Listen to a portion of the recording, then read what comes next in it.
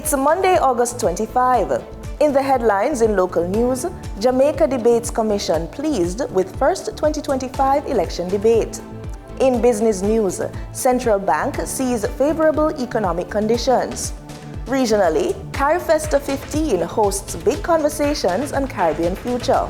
And in sports, Jamaicans close Junior Pan Am Games with 15 medals. This is the news on PBC Jamaica. I'm Brittany Clark.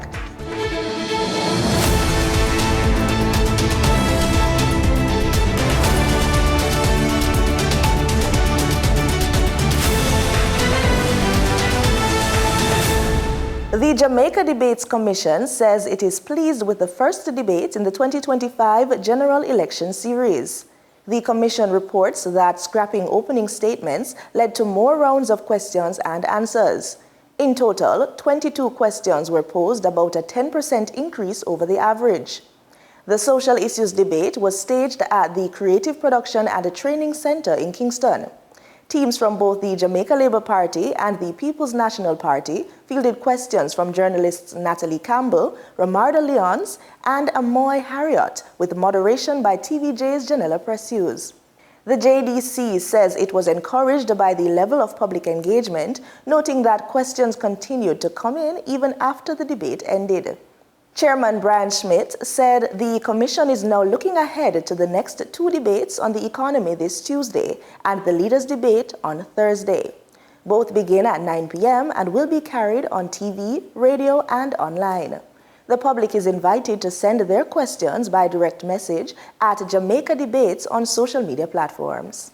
Tax Administration Jamaica is reminding taxpayers that starting September 1, 2025, personal, business, and company checks will no longer be accepted for tax payments. Exceptions will apply only for checks issued by other government ministries, departments, or public bodies, or valid managers' checks from licensed commercial banks regulated by the Bank of Jamaica. The tax authority is urging everyone to use alternate payment options, including online payments through the website at www.jamaicatax.gov.jm, using a debit or credit card, direct funds transfer, and online or mobile banking through NCB or Scotiabank. For more information, taxpayers can contact the TAJ Customer Care Center at 888-TAX-HELP or visit the TAJ website for details. Public sector employees are being reminded that nominations for the 2025 Civil Servants of the Year Awards will close this Friday, August 29. The annual awards, sponsored by First Heritage Cooperative Credit Union, recognizes employees who go above and beyond in serving the country and improving public service delivery. Winners will be selected in three categories: managerial, mid-managerial, and technical support, and will each receive a cash prize of $200,000. They will also have the chance to develop community project proposals, with one initiative selected for implementation and funded with $150,000, while all three awardees will collaborate on bringing it to life. A People's Choice Trophy will also be presented to the nominee receiving the most public votes. To be eligible, nominees must be full-time public sector employees with at least 3 consecutive years of service, and nominations must follow recognized performance evaluation methods. Anyone in the public service can submit a nomination, including self-nominations, which are encouraged. Completed forms can be sent to the Ministry of Finance and the Public Service or submitted online. Shortlisted nominees will attend interviews before a panel of public and private sector representatives, with the winners announced during the awards ceremony in November. Jamaica's entertainment and creative industries are getting a major boost. The Ministry of Culture, Gender, Entertainment and Sport has launched a new training institute aimed at helping practitioners, innovators, and entertainers sharpen their skills and formalize their craft. The initiative was highlighted during a contract signing between the Ministry and Guardian Life Limited for the Jamaica Entertainers and Creatives Insurance Plan. Portfolio Minister Honorable Olivia Grange says the institute is designed to turn natural talent into professional expertise. What it means that you are good at your craft. And we need to now give you the support that you can formalize the skills that you have get the brush up that you need. You understand? Plenty of people play music by ear, but them can't read and write it. So we can teach you to read and write music. Minister Grange emphasized that formal training can help artists maximize their potential. Many Jamaicans are naturally talented, but learning to read and write their music or formalizing other creative skills can open doors to greater opportunities. What I'm saying to you today, what is happening is a game changer. The more equipped you are, the better you will be. And you will be able to develop your career even. Because if we have done so well, and we didn't have the formal training, you can imagine when you get it? Huh? You can, even your music, you put it in a manuscript, you put a book together, and that can be sold.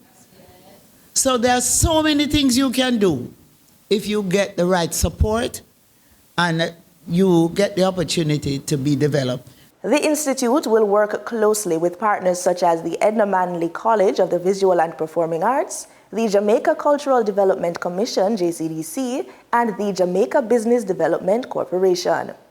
The program aims to train around 500 creative practitioners over time, with access facilitated through Heart NSTA Trust and other partner agencies. The ministry says the Training Institute will strengthen Jamaica's creative economy, giving talented individuals the tools to succeed both locally and internationally. Time now for the Business Report with Denise Williams.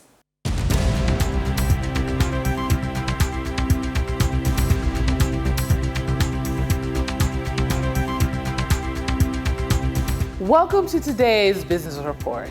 I'm Denise Williams, here to bring you the stories shaping the financial world and guiding your journey to smarter business decisions. Let's dive into the top headlines. Governor of the Bank of Jamaica, Richard Biles, says inflation for July 2025, as reported by the Statistical Institute of Jamaica, stood at 3.3%, lower than the figure recorded a year earlier and below the BOJ's targeted range of 4 to 6%. He was speaking at the bank's quarterly news briefing on Thursday, August 21. Governor Biles expressed the hope that during the last quarter of 2025, we will have the conditions in place that will cause interest rates to go down, end quote. Contending that the BOJ has been working earnestly with the banks to iron out some of the causes for interest rates to go down. JN Money Services has expanded its remittance services to 10 new countries. The new territories are Gambia, Nepal, Nicaragua, Guyana, Honduras, India, Kenya, Philippines, Senegal, and Uganda. Horace Hines, General Manager of JN Money Services, told R Today that the decision to expand into these markets was driven by customer needs, noting that the expansion is especially essential for the large number of migrants from these countries so that they can contribute to the welfare of their families in their respective home countries. He said that with this expansion, JN Money is poised to strengthen its role as a trusted bridge between migrants and their families, even amid evolving policy challenges. For the trading period ending August 22, 2025, these were the most actively traded stocks. PVC Manufacturer and International Hardware, Fosterage Company Limited, with 20,655,633 units traded, representing 47.23% of market sales volume. Toll road operator Trans Jamaican Highway Limited, with 7,419,317 units traded, representing 16.96% of market sales volume. Alternative energy provider Wigton Energy Limited, with 4,114,773 units traded, representing 9.41% of market sales volume. We now shift our focus to the Forex market rate set by the Bank of Jamaica. On August 22, 2025, the Bank of Jamaica reported US $57.73 million purchased and US $37.80 million sold by Forex traders. Forex traders earned $1.62 per dollar, selling the US at $160.84 and buying the US at $159.22. The Canadian dollar netted Forex traders $1.32 per transactions, with selling at $116.89 and buying at $115.57. The British pound yielded Forex traders $7 in profits, with selling at $216.83 and buying at $209.83. For our credit report tip of the day, most people don't realize how much power their credit report holds until it costs them money, time, and opportunities. When you fail to check your credit score or review your credit report regularly, you're leaving your financial future up to chance. Now, here are a few ways that ignoring your credit score can hurt you. You pay higher interest rates on loans. You will be denied mortgage application, and you have lower credit limits on your credit card. When you're building something from nothing and moving from recovery to resilience financially and beyond, as women over 45, we've lived through enough seasons to know that money, like nature, has its cycles. What if your financial planning could flow with the same wisdom as the earth itself? By combining timeless money principles with the natural rhythms, you create business strategies that are sustainable, intuitive, and deeply aligned with your stage of life. So here are some ways to connect money to nature's cycles in your business planning. So set fresh quarterly income goals and revisit your business mission. Does it still serve you? And plant new revenue streams like consulting or digital products. And that wraps up today's business report. I'm Denise Williams, reminding you that every financial decision is a step toward your future. Until next time, stay focused, stay informed, and keep striving for success. See you soon. In regional news, in Barbados, Caribbean pride and vision for the future took center stage at CariFesta 15 as the festival's signature Big Conversations brought together leaders, artists, students, and visitors to reflect on the region's journey and map out the way ahead. CBC News' Deanza Roberts reports. Before an engaged audience of cultural practitioners and young minds, speakers tackled the idea of civilization. They challenged the region to embrace its history, harness its talent, and shape its own destiny. The message was clear. Caribbean people must define themselves and strengthen their bonds if they are to thrive on the global stage. Prime Minister of St. Vincent and the Grenadines, Dr. Ralph Gonsalves, described his idea of Caribbean civilization. Through the fever of history, we have fashioned a civilization of a very special kind in this Caribbean, a creolized civilization of high quality, where we have had metaphorically, and we do have metaphorically, a symphony. We are the songs of the indigenous people, the Kalinago, the Garifuna, the Amerindian. We are the rhythm of Africa. We are the melody of Europe, we are the chords of Asia, and we are the homegrown lyrics of the Caribbean. Professor Sir Hilary Beckles, Vice Chancellor of the University of the West Indies, contended that Barbados has fought for civilization for a long time. This is where the first genocide of Europe started, Barbados. When the British arrived here in 1627, the first report back to the king said the following: "We have arrived at the island called Barbados. We have surveyed it. There are no people on this island. It's an empty island. But Your Majesty, there are houses everywhere." Prime Minister of Barbados, Mia Amor Motley, spoke of the role of education in the context of civilization.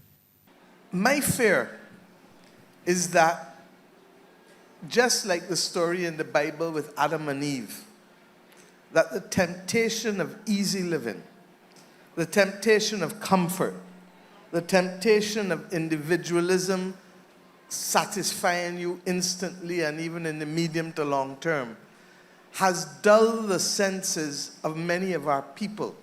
And when that is combined with a lack of an appropriate sensitization and education and empowerment of people, we run the risk of being recolonized again. Students from schools across Barbados and young creatives from across the region were also present, signaling that the next generation is central to the vision being crafted. As CARIFESTA 15 continues, organizers say these conversations are critical to transforming cultural celebration into lasting development and regional pride. Deanza Roberts, CBC News. Prime Minister Kamla Persad-Bissesa has announced that U.S. forces will be granted access to Trinidad and Tobago's territory to help defend the people of Guyana. In a statement, she also declared full support for Washington's move to deploy military assets into the Caribbean to combat terrorist drug cartels. International news reports confirm that the U.S. Navy has deployed 3 naval destroyers with aircraft and thousands of Marines to the Caribbean. The vessels will be stationed in waters off the coast of Venezuela in a move to counter drug trafficking allegedly linked to the Venezuelan government. Prime Minister Kamla Persad-Bissesa has not received any requests from the American government for their military assets to access Trinidadian territory for any military action against the Venezuelan regime. However, she made it clear that if Venezuelan President Nicolas Maduro launches any attack against the Guyanese people or invades Guyanese territory, and a request is made by the American government for access to Trinidadian territory to defend the people of Guyana, her government will unflinchingly provide them that access. There is an ongoing territorial dispute between Guyana and Venezuela over the Essequibo region. Prime Minister Persad-Bissesa also said the deployment of American military assets into the Caribbean region to destroy the terrorist drug cartels has the full support of the government of Trinidad and Tobago. The Prime Minister noted that Trinidad and Tobago has been helplessly drowning in blood and violence for the last 20 years, and said U.S. Vice President J.D. Vance spoke the truth when he recently mentioned TNT's high murder and crime rates.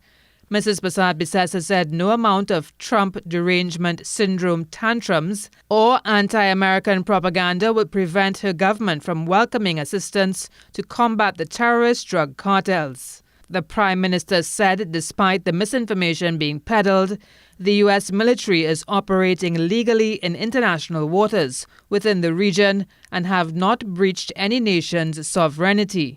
She said the only persons who should be worried about the activity of the U.S. military are those engaged in or enabling criminal activity, while law-abiding citizens have nothing to fear. Major upgrades are underway at Antigua and Barbuda's V.C. Byrd International Airport.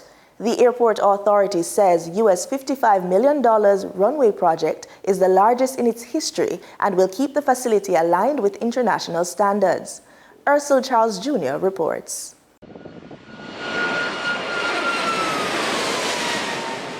A smooth takeoff, but soon it will be an even gentler trip down the runway. That's because a major restoration project has begun on the airport's tarmac. Government is funding a $55 million comprehensive airfield rehabilitation project at the V.C. Byrd International Airport. The project initially got started on the 6th of August. We had some minor delays due to shipping logistics. That's on the behalf of the contractor. The low-profile barriers that you've seen here cordoning off the project site, that was delayed a little bit. But from then, it's been an all-hands-on-deck approach to ensure the project moves ahead on schedule. In fact, some phases have been brought forward. What you're seeing here is phase 8A, which was initially scheduled to start March in 2026, but we brought that forward because of the deteriorating panels here. The first official phase is near the Shell Beach area, where work is being done to not only renovate for improvement, but to ensure compliance with stipulations from the International Civil Aviation Organization. Within phase 1, we are removing the old turning bay, which you would see on this side, and we are constructing a new turning bay, a larger one on that side. Presently, before the construction or the rehabilitation, this was a non-compliant portion of the runway. We don't have a runway and safety area. That compliance is top of mind for Civil Aviation Minister, the Honourable Henry Charles Max Fernandez. There's some areas that we were told by the people that came in and did the survey that were never done to the extent that they should have been done. We're going to make up for that, because at the end of the day, the last thing you want is an accident. The project's lead contractors are Aecon Group Inc., partnering with Kelly Construction Co., but the minister is boasting of the local inputs. For Minister Fernandez, though, there is satisfaction in that 90% of the subcontractors and most of the equipment and aggregates were sourced locally. The majority of the equipment used here is from Antiguan contractors. So only equipment that they can source in Antigua is what they're allowed to bring in. And there are safeguards to ensure the project remains on target. The authority is getting daily updates to ensure work orders are complete as prescribed. The project is also bringing a sense of satisfaction to Chairman of the ABAA Board, Watson Potter, and Acting CEO, Joseph Samuel. It's a Herculean undertaking with many more phases, but stakeholders are committed to ensuring a safer and more aesthetic airfield is commissioned by the November 2026 deadline. Phase 2 is an alternate turn pad at the 07 end. Phase 3 would be the displaced threshold at 07. Phase 4 and 5 is the mill and pave portion of the extent of the runway. Phase 6 and 7, it's the echo apron, and phase 8 is this main apron. It will see a major expansion of the runway and the runoff areas, ensuring that this facility benefits not only the local traveller, but regional international travellers into this destination. For ABS News, I'm Ursil Charles Jr. In sports, we go trackside with athletics. Jamaica wrapped up its campaign at the Junior Pan Am Games in Paraguay on golden note, finishing with 15 medals overall, 12 of them in track and field. The highlight came in the men's discus, where Raquel Broderick threw a championship record of 61.79 meters to secure gold. He was joined on the podium by teammate Christopher Young, who claimed silver. On the track, Jasona Dennis broke the game's records in the men's 400 meters with 45.56 seconds, while Tyrese Hyman stormed to gold in the men's 400-meter hurdles in 48.90 seconds. Jamaica's women's 4x100-meter relay team of Sabrina Dockery, Marissa Palmer, Serena Cole, and Alana Reid also struck gold, clocking a record of 43.51 seconds. In total, Jamaica claimed 4 gold, 4 silver, and 4 bronze medals in athletics, finishing 5th on the medal table behind Cuba, Canada, Colombia, and Mexico. Outside of track and field, Sabrina Lynn won silver in the women's 100-meter breaststroke, Colin McKenzie took bronze in the men's equivalent, and Tyler Tracy claimed bronze in men's freestyle wrestling. A strong showing for Jamaica's juniors, who returned home with records broken, personal bests set, and the island's medal tally among the best in the region. In cricket, there was no dot ball drama this time around as Kieran Pollard powered the Trinbago Knight Riders to an 18-run win over the St. Lucia Kings in CPL action. The win sees the Trinbago Knight Riders jump from 5th to 3rd on the standings. More from Wayne Cunningham. Host St. Lucia Kings sent Trinbago Knight Riders into bat at the Darren Sammy ground in Grossi-Lair in the 10th match of the Caribbean Premier League T20 tournament. And the reliable Colin Monroe gave TKR another great start with his knocker 43, 78 for 3 halfway through the innings. Skipper Nicholas Pooran had his best outing thus far with 34 and shared in an 82-run partnership with Kieran Pollard. And it was the former skipper Pollard who powered his team with a hefty 69 off 25 balls, which contained 6 sixes and 4 fours. TKR eventually posted 183 for 7 in their 20 overs. St. Lucia's openers didn't seem daunted to start the chase, with openers Tim Seifert and Johnson Charles getting their team to 74 before the first wicket. Seifert struck 35 and Charles 47. The dismissal of Tim David proved a talking point. Upon review, Snicko said he nicked it, but videos replay showed the daylight between bat and ball. But he had to walk, contributing 10 runs. At 113 for 4 in the 15th over, there wasn't enough big hits. Thereafter, the Kings managed 165 for 6 in their 20 overs, handing TKR the 18-run win. Wayne Cunningham, TTT Sport.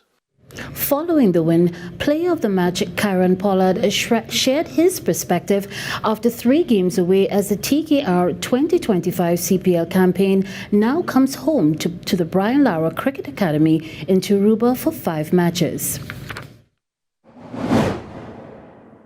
2 CPL wins in 3 games and points on the board for TKR coming into TNT has Kieran Pollard cautiously optimistic. And any points in the road is, very, very important points. Not that anything is guaranteed when you get to Trinidad, but again, we have familiarity there, as well. So, playing 3 games on the road, getting 4 points, I think, that was good for us.